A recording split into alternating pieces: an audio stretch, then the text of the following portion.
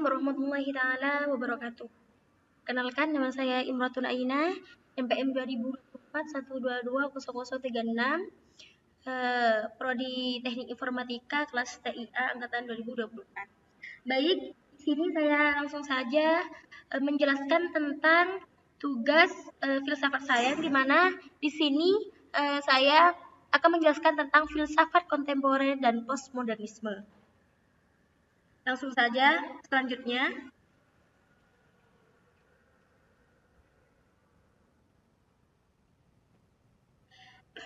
Apa itu terminologi?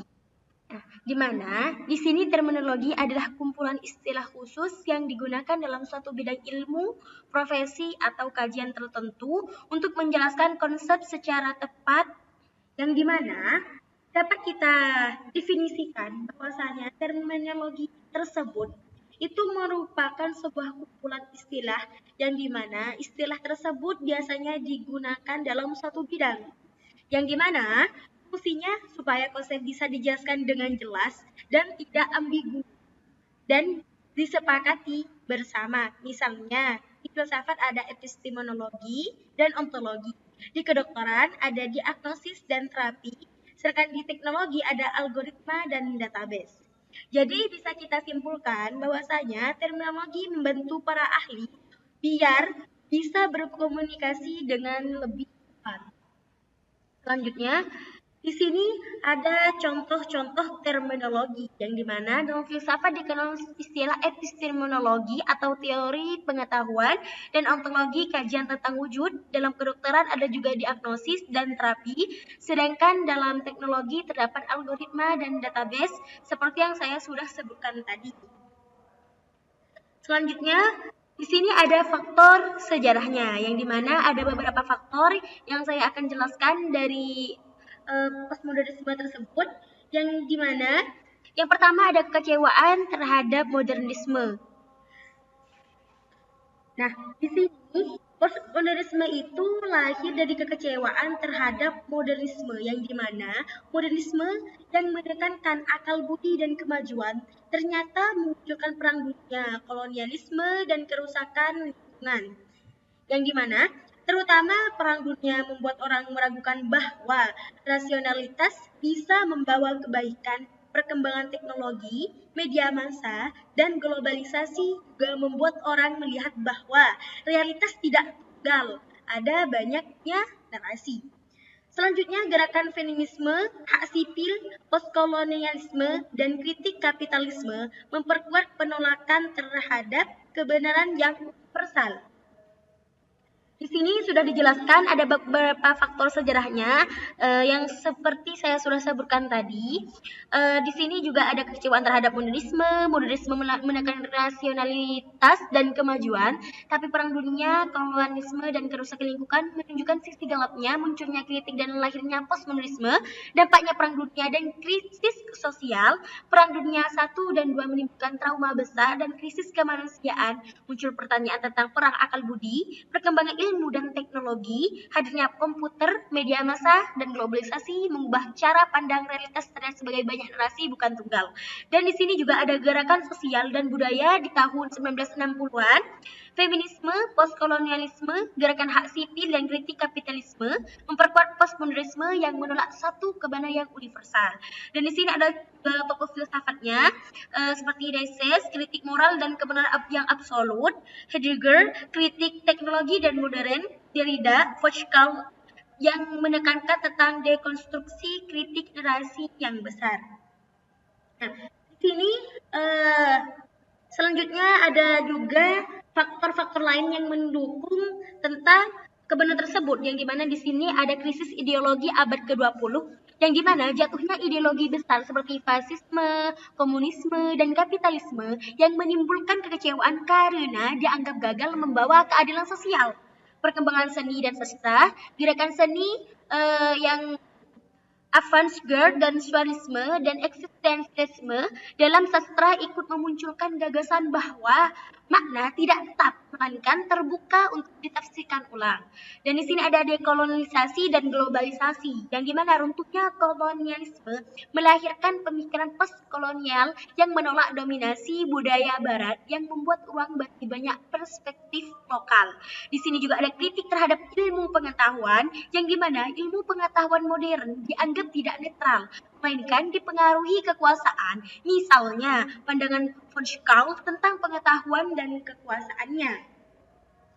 Jadi, dapat kita simpulkan bahwasanya ada banyak krisis ideologi seperti kegagalan feminisme, komunisme, dan kapitalisme yang sudah saya sebutkan tadi, dan seni dan juga serta perkembangan dengan ide-ide bahwa makna itu bisa ditafsirkan berulang-ulang, dan juga ada dekolonisasi memunculkan kritik terhadap dominasi Barat dan munculnya pemikiran bahwa ilmu pengetahuan itu tidak netral karena selalu terkait dengan kekuasaan. Selanjutnya, di sini ada poin-poin besarnya yang dimana simpelnya seperti ini.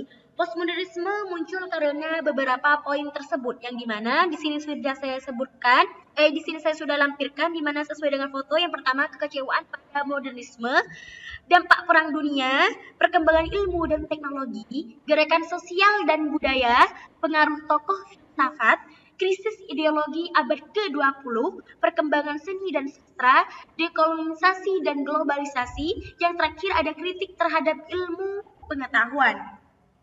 Selanjutnya, di sini ada tokoh kunci dari kontemporer.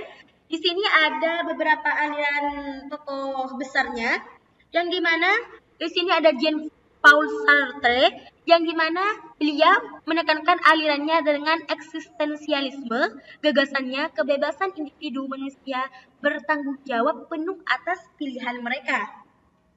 Yang kedua ada Simone de Beaufort, yang alirannya feminisme eksistensialis, yang gagasannya perempuan tidak dilahirkan, tetapi menjadi perempuan kritik terhadap patriarki. Yang ketiga ada Michel von Schaal, yang alirannya poststrukturalisme, gagasannya relasi kuasa dan pengetahuan, konsep disciplinary power. Yang keempat ada Jürgen Habermas, yang alirannya teori kritis, gagasannya rasionalitas komunikatif, demokrasi deklaratif.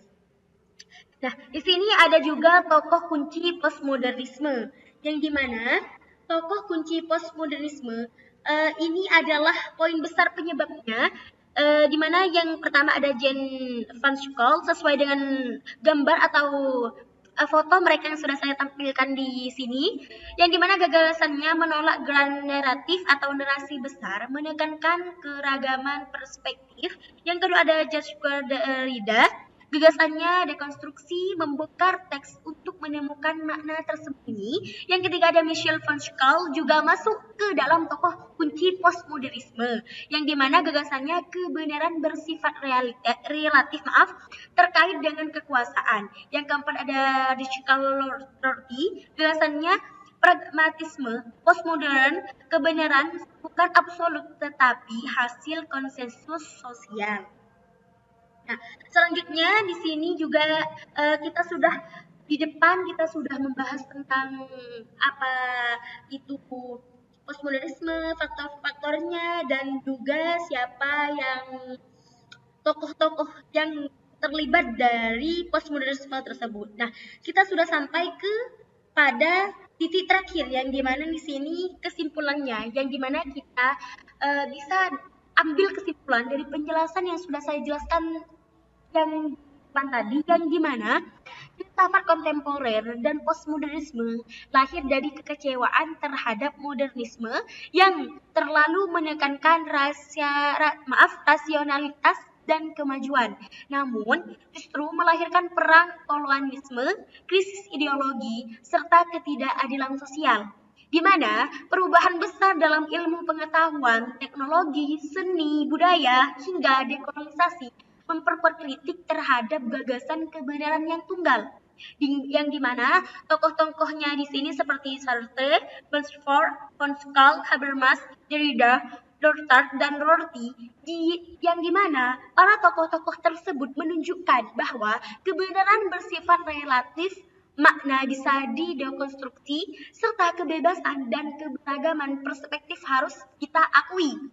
Nah, dengan demikian, filsafat kontemporer dan postmodernisme mengajarkan kita untuk lebih lebih kritis, terbuka pada perbedaan, serta menyadari bahwa realitas tidak tunggal, melainkan terdiri dari banyaknya narasi. Nah, dari postmodernisme, kita ini bisa tahu bahwa lahir dari kekecewaan terhadap modernisme, dampak perang, krisis ideologi, perkembangan teknologi, gerakan sosial, dan kritik perkembangan kebenaran tunggal. Nah, di mana para tokoh ini menekankan bahwa realitas itu terdiri dari banyak-banyaknya narasi. Makna bisa dideduksi dan kebenaran itu relatif terhadap konteks. Maka dari itu kita dapat menyimpulkan bahwasanya filsafat kontemporer dan postmodernisme itu adalah bukan lahir dari kekecewaan terhadap monisme yang terlalu menekankan dan realitas dan kemajuan yang mungkin perang yang akan membuat ketidakadilan itu makin menjadi-jadi. Mungkin hanya itu saja yang dapat saya sampaikan.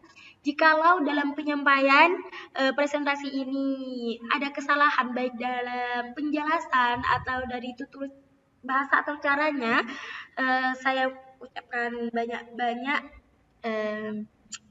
maaf. Cukup sekian pemaparan dari saya. Terima kasih. Assalamualaikum warahmatullahi wabarakatuh.